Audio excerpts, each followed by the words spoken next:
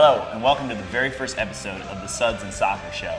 Here to upgrade your beer and soccer knowledge. My name is Dan Wiersema, I'm the Free Beer Movement. And I'm Scott Metzger, Freetail Brewing Company. Scott, how you doing? Just another day in paradise, Dan. Well, we're here at North by Northwest Brew Pub and Restaurant, and we're here to talk beer education with craft beer. And you know, soccer fans, they're a pretty intelligent bunch when it comes to on-field action, debating 4-4-2 versus the 4-4-3, Messi, Ronaldo, and sometimes it gets really into the nerd talk where it's like 1970s Dutch playing style versus Barcelona, total possession as well. But sometimes, the beer style is where soccer fans need a little help, and that's where we come in. Absolutely. And just as in depth as a soccer debate can get, a beer debate can get just as nerdy. There's a countless number of styles out there available today, and it seems like there are new styles being introduced by American craft brewers all the time. What we want to do today is introduce you, the soccer fan at home, to a few new styles that maybe you've never had before, or maybe that you have had and need to revisit. Well, the great thing about American soccer is that you find that beer intersects all the time. Tailgates, during the game, post-game. It's like peanut butter and jelly. Or peanut butter and pretty much anything. Yeah. Since we're at North by Northwest, we thought it'd be appropriate that we start with one of theirs. And what we're drinking is the Bavarian Hefeweizen from North by Northwest. Yeah, and wheat beers can be very traditional, like the German style Hefeweizen like we have here, or Belgian style wit beer, or they can be quite kind of out there and different. American craft brewers are doing all sorts of different things with wheat today.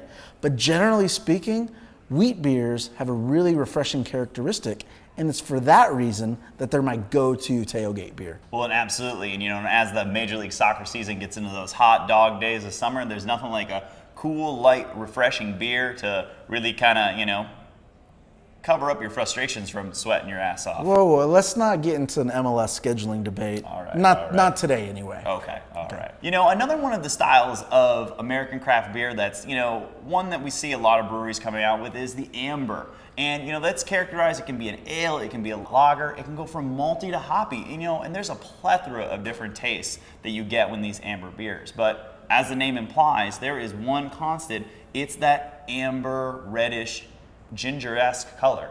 Wait, constant ginger presence? Kind of like a sweet 94 goatee? Alexi Lawless, anybody? That smells like denim. What are you drinking there, Scott? This is the Amber Ale from Boulevard Brewing Company in Kansas City, Missouri. And this is really on that malty side.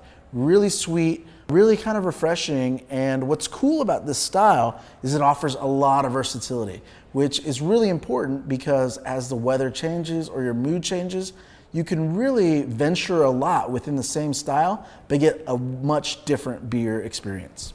Well, our next beer style is the American Pale Ale. And this style has really become that go-to everyday style in the craft beer world. It's kind of like the Carlos Bocanegra of beer. You know what you're going to get every time, and it's usually really good. So you're saying not Jonathan Bornstein. Okay. Well, what we've got here is we've got North by Northwest Pale Ale here, and I do have to say this is a very, very tasty brew. Yeah, and typically the characteristic you get from a pale ale is a really noticeable hop presence, but not really over the top.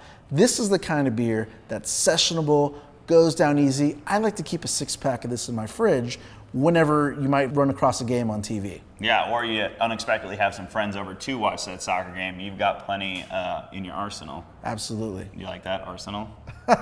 Well, anyways, our next style, we're talking the big brother of the pale ales, which is the India Pale Ale, or IPA. The hop characteristics of a pale ale, they're there, but IPA is super in your face. It says, hey, I'm here, you're gonna taste me. Yeah, absolutely, Dan. And you know what? I said earlier that amber was the Alexi Lawless of beer.